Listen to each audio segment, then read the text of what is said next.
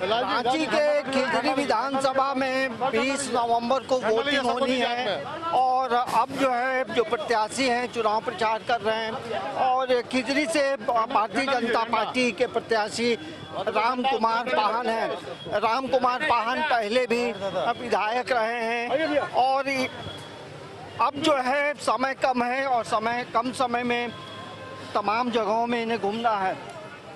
कैसा मिजाज है? देखिए, जिस तरह से भारतीय जनता पार्टी और आसू एनडीए समझ चुनाव लड़ रहा है और जिस तरह से वातावरण बन रहा है चारों ओर, इसे कहीं भी यूपीए सरकार नहीं है और खिजरी विधानसभा में तो नामो निशान नहीं है। इसीलिए नामो निशान नहीं कि 5 साल के दरमियान निवर्तमान विधायक जी ने एक भी विकास का काम नहीं किया। अगर उन्होंने कुछ काम किया है तो खिजरी विधानसभा क्षेत्र के जनता को बदनाम करने का काम किया है।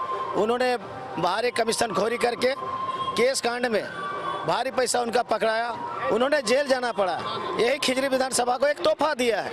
लेकिन मैं दावा के साथ में कह सकता हूं कि जब मैं विधायक था इस क्षेत्र में और एनडीए की सरकार थी, उस समय में विकास का गंगा पूरा बरार कर दिए थे, गंगा बह रही थी। और आज भी मैंने महाविद्यालय बनवाया है, ITI कॉलेज बनवाया है, कनेक्टिविटी रोड बनवाया है, बिजली पहुंचा है। सोनरेखा नदी तो गंदा अभी भी है।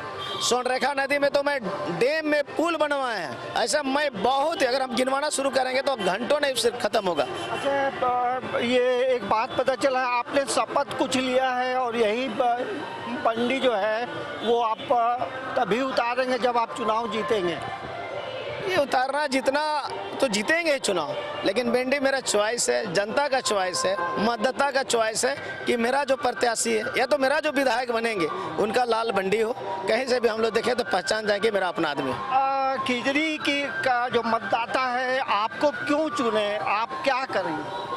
खिजरी के मतदाता को इसलिए चुनना चाहिए कि खिजरी विधानसभा को एक मॉडल विधानसभा के रूप में हम देखना चाहते हैं। मॉडल विधानसभा का तात्पर्य यह है कि 5 साल के दरमियान विधानसभा के क्षेत्र में जो मूलभूत समस्या थी उसका मैं समाधान करने का प्रयास किया था। मैंने एजुकेशन के क्षेत्र में महाविद्यालय बनवाए, ITI कॉलेज बनवाए, स्वास्थ्य के क्षेत्र में हम रिंग रोड में स्वास्थ्य केंद्र उपकेंद्र बनवाए, हम रोड कनेक्टिविटी के अंतर्गत कम से कम 8-10 पुल बनवाए, बड़ी बड़ी रोड बनवाए। इसीलिए जनता के चाहती है कि, लेकिन जो प्रिमिटिव ट्राइब है, बिरहोर जनजाति, उनकी स्थिति अभी भी। देखिए, जहाँ तक प्रिमिटिव ट्राइब्स की बात है तो नरेंद्र भाई मोदी जी ने और हम लोग ने भी उन लोगों के पहाड़िया बटालियन बनवाए ताकि उनके बच्चे लोगों को डायरेक्ट पुलिस में नियुक्ति हो। साथ ही साथ उन लोगों का एक योजना हम लोग चलाए कि उनके डायरेक्ट उनके पास हम लोगों का अनाज पहुंचा रहे थे। ये भारतीय जनता पार्टी एनडीए की सरकार ने उस समय किया था। ये हमारे साथ राम कुमार पाहन हैं और ये खिजरी से प्रत्याशी हैं और अब देखना ये होगा कि पिछले बार ये 5000 से वोटों से ये हार गए थे और आने वाले समय में मतदाता कितना पसंद करते हैं ये तो वक्त बताएगा। लेकिन कम समय में लगातार चुनाव प्रचार राम कुमार पाहन का चल रहा है और उन्होंने शपथ भी लिया है कि जब तक वो चुनाव नहीं जीतेंगे ये लाल बंडी नहीं उतारेंगे।